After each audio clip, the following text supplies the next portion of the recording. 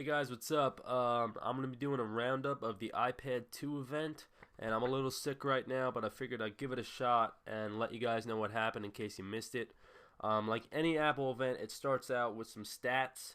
So first we got iBooks, and they have told us that there are over 100 million books downloaded in the iBook store, which is pretty awesome. And Apple is teaming up with Random House, who will provide about 17,000 books to the iBook store. So pretty cool for all you book readers out there.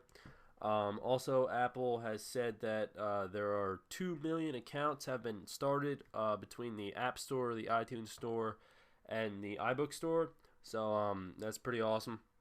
And also, Apple has given developers over $2 billion, which is pretty amazing. So Apple has given us $2 billion to all the developers for making their apps. So pretty cool, and I'm sure that number will go up by a lot once the iPad 2 has hit the market, and that's just my prediction right there. And next up, Apple has said that they have finally shipped their 100th million iPhone to someone, but they have shipped over 100 million iPhones by now, and pretty awesome. Sorry. Also, they started going over that they started with the iPod, and then they went to the iPhone in 2007, and now they have a new product, the iPad, and they're gonna keep working on this. And they have announced that over 15 million iPads have been sold in a 9-month span, which is pretty amazing, and that's more than any tablet PC ever sold. They made about $9.5 billion in 2010 just from the iPad, and they had over a 90% market share, which is freaking amazing just for the iPad. Next up, they said that the iPad alone has 65,000 apps. So if you go on the App Store right now, about 65,000 of those apps are just for the iPad. So that's amazing because they compared it to Honeycomb, which is by Motorola, and they only have 100 apps. So yeah, the Apple App Store for iPad has just dominated the industry. And up next, we got iPad 2. So right off the bat in this event, they were announcing the iPad 2, which I liked a lot. They show a video of the iPad before they get to the iPad 2, and it just it shows how magical the iPad is and how awesome it is. Just typical Apple stuff. But now the iPad has an all new design along with some new components that are inside it. It has a 1 gigahertz dual-core A5 chip. The iPad 1 had an A4 chip, so obviously this will be a lot faster. It has 2 times faster CPU and up to 9 times faster graphics. That is insane. Also, it is the first dual-core tablet to ship in volume, which is pretty awesome. It will also have 2 cameras, a front-facing camera and a back camera. The front-facing camera will allow you to video record, obviously. The VGA is up to 30 frames per second with audio, and the VGA quality still camera. And also, you can take still pictures with the front-facing camera. The back camera, it's also video recording. It goes up to 720p, up to 30 frames per second with audio, and it has a still camera with 5 times digital zoom, which is pretty cool. And you can also tap to control the exposure for videos or stills. So just like you can on the iPhone, you can tap and it will focus wherever you want. Pretty awesome. Also, the iPad 2 is ridiculously thin. It's 33% thinner than the first iPad, and it actually is thinner than the iPhone 4, which is out of control. It is so I didn't realize how thin it was. I thought the iPhone 4 was so thin. I thought the iPad was thin. This is even thinner, and it's gonna be a hit. It's gonna be awesome. All right, so it also is thinner than the first iPad, but only by 0.2 pounds, so it's not that big of a difference, but it is a lot thinner. And it's amazing how they put all those components in there, and it's 0.2 pounds thinner, 0.2 pounds lighter, and it also is thinner. There's the new design, pretty nice, really thin. And also, it has come in black and white. That is right. The iPad can now come in black and white. Pretty awesome. I really like the way the white one looks. So I'm not sure if I'm gonna get either of them, but I like the white one. So they are now in black and white. There's a better picture of the white one. And it also is available for AT&T and Verizon, so you can get the black and white one for AT&T and the black and white one for Verizon. Doesn't matter. Also, for some reason, the sorry about all the coughing, by the way, but for some reason the Verizon iPad is like 0.01 pounds lighter. I thought that was weird, but they didn't say that in there. But I was looking on the Apple site before, and it said that it was 0.01 pounds lighter, which I don't know, kind of weird.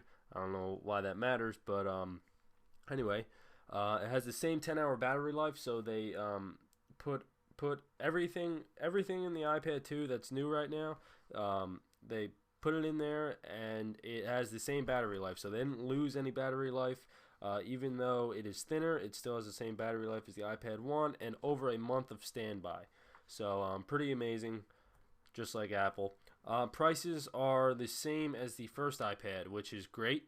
Although a lot of people are probably looking for a cheaper iPad, but it's great. The cheapest one is, of course, $500, and the most expensive one with Wi-Fi and 3G is $830. Sorry. And you can just look right here and decide which iPad you want to get. It will be available March 11th. You cannot pre-order the iPad 2, unfortunately, but you can go pick it up at your local Apple store at 5 p.m. and you can order it online by March 11th. Also, it will be available in all these countries March 25th, United States March 11th, and the rest of these countries on here March 25th. Also, the iPad has iPad 2 can now use an HDMI output cable. You can use it up to 1080p, which is pretty amazing. Works with all apps, supports rotation, no setup or configuration, and you can charge your iPad while using it. This is just how it looks. Very simple. Just plug it in, and it's only $40. And that is an example of how you would use it. Just plug it right in your iPad, and then you can plug it into your HD TV, and it will output it in HD. Pretty amazing, and definitely a lot of people wanted this on the new iPad. Next up, we have smart covers. Now, this is not a case, it is a cover. This is what Apple said. It's more like a flap, in my opinion, and I think they're pretty cool. A lot of people were kind of ragging on it on Twitter, saying that it wasn't that cool, but I think it's pretty cool. But it's a little overpriced, but I'll get to that soon. Actually, as you can see, it is a magnet grasp system. Let me just see the next slide. Yeah, all right. It is a magnet grasp system, and it all helps auto-align it. So basically, this is the way it works. As you can see, the bottom left one, you can fold it and you can type. The middle one, you can fold it up and you can watch a video or FaceTime. And for the right one, this is just showing how it covers it. It doesn't cover the back of the iPad, it just covers the front. You can get it in many colors. It has a microfiber lining, and it actually cleans the screen, which is pretty cool. It comes in polyurethane, which is $40, and it comes in leather, which is $70. Let's see. And also, it's easy to remove or change. This is how it connects to the actual device itself. It seems like it's some kind of hinge, and it comes in many colors, as you can see right here, and I think it's pretty sweet. So it's a little overpriced, like I said. Maybe $30 I would have paid for it, because it's just a flap. It doesn't even cover the back of it. But Apple said with this new design, you don't really want to hide the way it looks because it looks so awesome, and you just want to protect the screen. So it's basically a souped-up screen protector, pretty much, that can also be used to mount your iPad in any way that you want. Next, we have they announced 4.3 and everything that will be, or only a couple features that will be available in 4.3, and I guess the rest are for us to find out. So first, they announced that the Safari performance is incredibly faster because of the Nitro JavaScript engine. Also, you'll be able to use iTunes home sharing, which is already in iTunes on your Mac or PC, and also AirPlay improvements have been modified, and you can actually, while watching the video, you can open up AirPlay right in the video, and it will detect any like Apple TV around you, and you can play it right on that. So it's very simple. There's basically no setup for it, and also a lot of people wanted this. This is the mute or rotation lock. So you can either now in iOS 4.3. This is old news pretty much because a lot of people have the beta now, but the mute switch is now able to be switched to the lock orientation switch, which I prefer, but you can actually switch it in the settings app now, and you don't need to get angry because you keep switching it and you want it to be the orientation switch, but it's the mute switch. So you can choose between the mute switch or the rotation lock. Also, iPhone 4, this is just iPhone 4, will be able to have a personal hotspot. I know the Verizon iPhone users already have this, but the AT&T iPhone users is a big deal because you can now use your iPhone 4 as a personal hotspot, and they didn't say much about the personal hotspot, but yeah, and there's no price for it either. They didn't announce a price, so I'm assuming it would be the same as the Verizon one, or it could be free. I'm not sure at all, but they didn't say anything about it. Also, you can now get Photo Booth for your iPad. It will be part of 4.3, and for the iPad 2, of course. And actually, the iPad 2 is so powerful, it can have 9 live streams going on, as you can see right here. Scott is using it, and he has 9 live streams going, and you can just have fun with Photo Booth, just like you would on your Mac. So next up, we have FaceTime, which is what a lot of people expected from iPad 2. You can FaceTime either in landscape or portrait mode, as you can see. That's portrait and that's landscape. And they're also using the smart cover, which is a great idea to use while FaceTiming. And you can also use it with the iPhone 4, but they did not say that if you could use it with the iPod Touch 4th generation, which I thought was weird. But I guess we'll have to wait until it's released and someone can test if it works with the iPod Touch 4th generation. 4.3 will be available for iPad, iPhone on AT&T, and iPod Touch 3rd and 4th generation, which I thought is weird. I guess the Verizon iPhone will not be receiving the 4.3 update on March 11th, but I don't know. That's it only says iPhone GSM. GSM relates to AT&T, so it's not CDMA.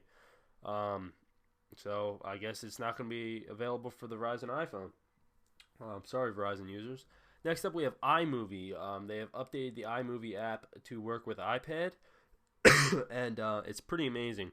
It has a precision editor, multi-track audio recording, new themes, AirPlay to Apple TV, share your videos in HD, and it is a universal app. And the home screen for it, it kind of looks like an old movie, as you can see. So pretty awesome home screen we got for the iMovie app. You can edit videos just like on your Mac, but it's a lot simpler since everything is touch enabled now. And it's pretty much the same as on the Mac. You can add sound effects. Each theme actually comes with its own sound effects, which is pretty awesome. It comes with its own theme music as well, but there are tons of sound effects you can add to your iMovie movie now on your iPad. You can also share it with your camera roll, YouTube, Facebook, Vimeo, CNN, iReport, or you can send it to iTunes, which is pretty sweet. And that will be available for $5 March 11th. So once the iPad 2 is released, it will be available. Next up, we got GarageBand. This is a big surprise to me, at least. But you can now have GarageBand for your iPad 2, or iPad 1. So you can actually have touch instruments now: grand piano, organ, guitars, drum, bass, guitar amps and effects, 8-track recording and mixing, 250 plus loops. You can email your song to your email, and it is also compatible with the Mac version. So if you email it to yourself, and you can open it up on your Mac and edit it from there, which is pretty awesome. Here's an example of the piano being used. It's similar to the iPhone, except it's on a bigger scale, obviously, and it's going to be a lot better. You can edit a lot of things to make it sound the way that you want. You can also switch the instruments. Here's an example of the drums being used, which I thought was pretty neat. You can actually tap on all those things, and it will record it. And that's an example of the drums being used. You can actually connect your guitar amp, or it says plug in your guitar and play through classic amps and stomp basses. I don't know. You can play it through your app. I had trouble reading that, but you can actually connect it to your guitar and play it through your amp. Or if you don't have a guitar, you can use a smart instrument. This is the smart guitar. And you can actually play the guitar right on your device, which is pretty sweet. And that will be, and you can also edit it just like on your Mac. And you can have up to 8 tracks, no more than 8, but you can have up to 8 tracks for your GarageBand. Pretty sweet. iMovie and GarageBand now on your iPad, and I believe that the GarageBand on your iPad will be a lot more popular than the one on the Mac, because it is more mobile, and you can actually play the instruments right on your iPad and record it, which is pretty sweet. And you can do that on the Mac too, but I think people will be a lot happier doing it on the iPad. That will be available for $5 March 11th, just like iMovie, and just like when the iPad 2 is released. Again, it's just a little recap on what the iPad 2 is all about. It's faster, it's lighter, it's thinner. It has cameras, and just like the gyro on the iPhone, it has iOS 4.3, FaceTime and photo booth, iMovie and GarageBand, 65,000 iPad apps, 3G on AT&T and Verizon, and it has the same battery life as the iPad 1, which is 10 hours. And it also has the Maps app is now on it, and you can, I don't remember if it was actually on the first iPad. I have my first iPad right here. I don't think it was. Oh no, it was. All right, but it has assisted GPS now, just like before, and yeah, so it has a front-facing camera, and it has a back-facing camera, which are probably the two biggest things on the iPad 2 right now. And yeah, so that's the iPad 2, all new design and everything.